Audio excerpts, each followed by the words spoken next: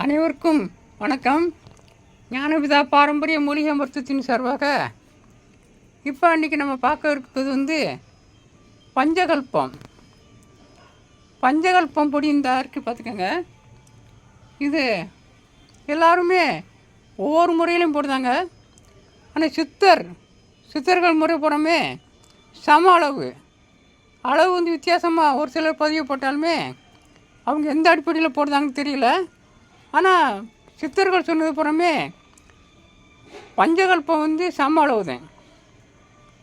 கடுக்காய், நெல்லிக்காய், வெள்ளமிளகு, வேப்ப வித்து, கஸ்தூரி மஞ்சள், இது அத்தனையும் அரைச்சி நம்ம வச்சுருக்கோம். அதுவே நம்ம போடுறது வித்தியாசம் அப்படின்னு பார்த்திங்கன்னா இதை பார்த்துக்கோங்க. இது வெள்ளை கரிசலாங்கண்ணி, போகர் வைத்தியம், அதாவது போகர் 7000 நூலில் கடைசி கண்டத்தில் இந்த பஞ்சகல்பத்தை பற்றி போட்டு வரும்போது இந்த பஞ்சகல்பம் பொடியை இந்த கரிசலாங்கண்ணி சாறில் இரவில் ஊற வச்சு பகலில் பாலில் தேய்ச்சி குடிக்கணும்னு சொல்லியிருப்பாங்க. ஆனால் இப்போ எல்லாராலுமே அந்த நேரத்தில் இப்போ கரிசலாங்கண்ணி பிடுங்கி நம்ம நைட்டில் ஊற வச்சு அப்படி மாதிரி செய்ய முடியாது. அதுக்காக நம்ம என்ன செய்கிறோம் அப்படின்னா இந்த பஞ்சகல்பம் பொடியை இது மாதிரி வாளியில் போட்டு இல்லை அப்படின்னா ஒரு பெரிய தட்டில் போட்டு வச்சு ஈயில் நம்ம கரிசலாங்கண்ணி சாறு எடுத்து அதில் பாவனை பண்ணிடணும். பாவனை பண்ணி வெயிலில் வச்சிடணும். அப்படியே ஒரு 7 தடவை பாவனை பண்ணிட்டீங்கன்னா அது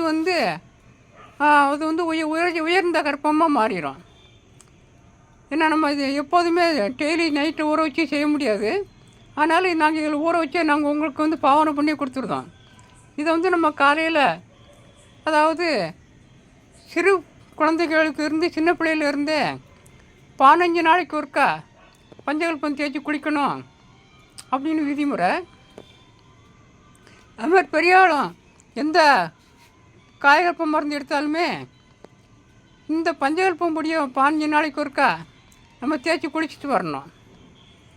நாங்கள் என்ன செய்யணும்னா எல்லா நோய்களுக்கும் பொதுவாக எல்லா நோய்க்கும் பஞ்சகல்பம் கொடுத்தாலுமே இந்த தோல் சம்மந்தப்பட்ட வியாதி அத்தனை பேருக்குமே பஞ்சகல்பம் பொடியை கிட்டத்தட்ட வாரத்துக்கு 2 தடவை 3 தடவை கூட நாங்கள் தேய்ச்சி குளிக்க சொல்லிடுறோம்.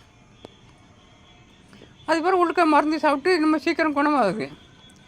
ஹெச்ஐவி பேஷண்ட்டுக்கு மட்டும் நம்ம கிட்டத்தட்ட ஒரு 48 நாளைக்கு தொடர்ந்து இந்த பஞ்சகல்பம் பொடி தேய்ச்சி நம்ம குளிக்கும்போது